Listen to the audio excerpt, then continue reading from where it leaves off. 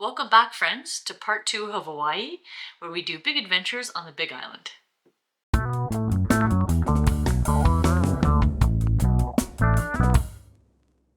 From Honolulu, it was a nice, easy flight down to Kona, where we picked things up this episode. Didn't get up to too much there. We got settled in our nice hotel on the ocean front and tried to go snorkeling that first afternoon, but there had been a shark sighting. And so that closed things down for the afternoon. We got back there the next morning, no sharks to be found, and got in for a quick snorkel. Our first stop the next day was to a National Historic Park, and this was Pu'uhonua o Haunaunau. I think I got that right. That was on one of the slides that they showed us. Anyhow, this was a sacred site where tribes people would meet, indigenous people from Hawaii. But also if you had disobeyed the rules, this was a place where you might come find refuge and be pardoned as well. So quite a rich indigenous history here. We had an excellent talk from a ranger there and also hit the nearby beach for a little bit of snorkeling. So try it again. Pu'uhonua o Haunaunau. We continued south on the coast towards Volcanoes National Park. On the way, we stopped at the Black Sands Beach, and we saw some more turtles here, even some right up on the beach. So that was pretty neat. The black sand is from the volcano, and so that's kind of cool. It's quite dark and different kind of beach, so that was really neat. And then we hit up our chalet for the night, which was in Volcanoes Village, which is just outside of the main kind of national park. It's just kind of a small community here. Prices for hotels were pretty similar across the islands, maybe a little bit more on the weekends and kind of in the bigger centers. We roughly paid, I think, about 400 or 500 Canadian a night, and that was mostly 2 to 3 star hotels, but they were all really nice, all great locations, all had parking. So it was a bit of a sticker shock coming from Asia, where we were paying roughly $50 a night for a hotel, but still, I think, reasonable and kind of what you would pay even in cities in Canada. We spent the next day visiting Volcanoes National Park. We started the day off with a hike. We did kind of one of the popular hikes that you do is we did the Kilauea Iki Trail. This wasn't too difficult of a trail, but you did descend down into a crater and you walked across the hardened lava lake. This was from a 1959 eruption where there was actually 17 eruptions over 5 weeks.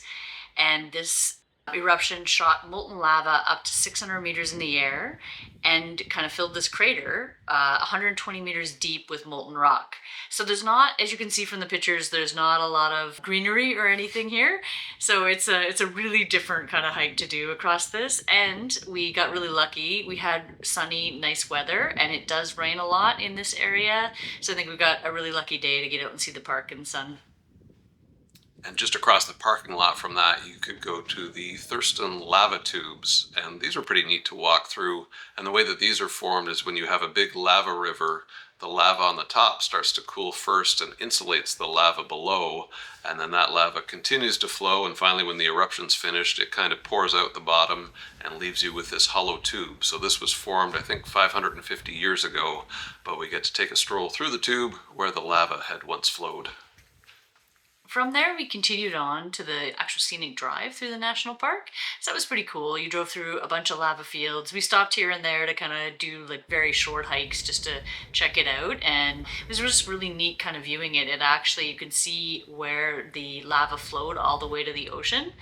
And then once you're down kind of at the ocean, you can see some of the ocean formations where everything flowed into the water. So pretty neat scenic drive.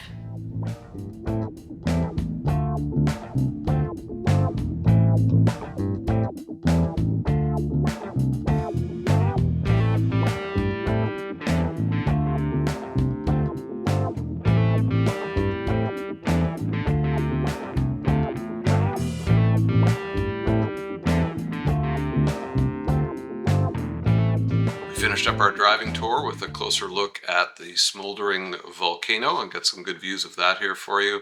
It actually started to erupt just a day or two after we had been there. We thought about booting it on back to see it, but we were already on our way and had other things to see. Actually, part of that I really liked, like along the rim where you can view the crater or the volcano that's erupting, is there's actually a series of vents where there's steam coming out. And I thought that was just kind of neat because you really realize like it's underneath you, and the steam and heat's gonna escape somewhere. It's right there. We enjoyed a couple nights in the town of Hilo. Nice little city. We actually went to the market there and did a little bit of snorkeling on the beach. And then we continued north on the coast and stopped in at the tropical botanical gardens there. That was just really pretty, really nice view of the ocean. And even though we'd had some rain on our visit, we got lucky here and had super nice weather for our little walk around the gardens. And after this, we were pretty hungry, so we stopped at a recommended kind of drive-in, Texas drive-in. Here we had a authentic Hawaiian dish, which is a malasada.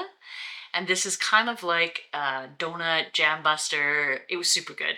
I'm glad we only got one each because they were really large.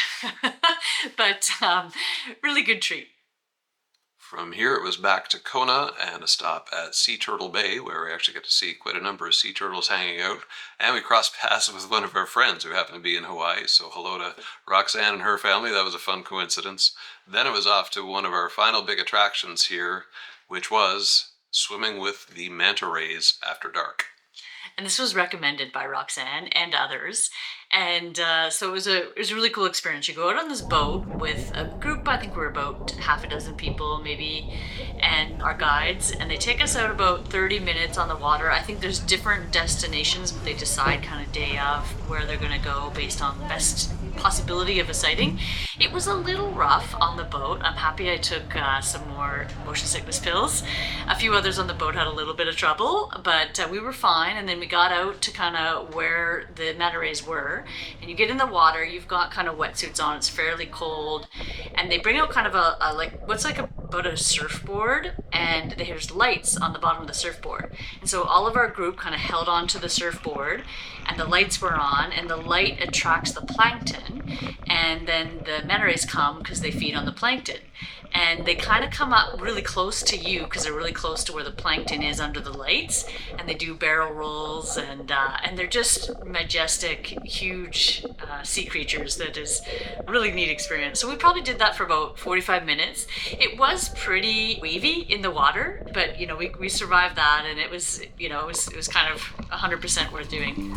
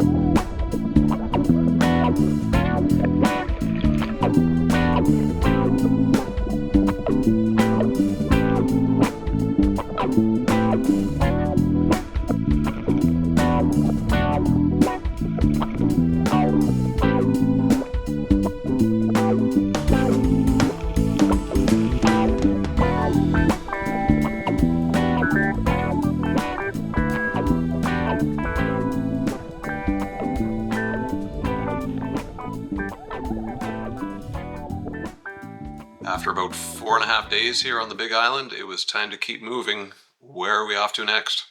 Next up, we hit the island of Kauai, and we do a very exciting doors off helicopter tour. So buckle up and join us. See you soon.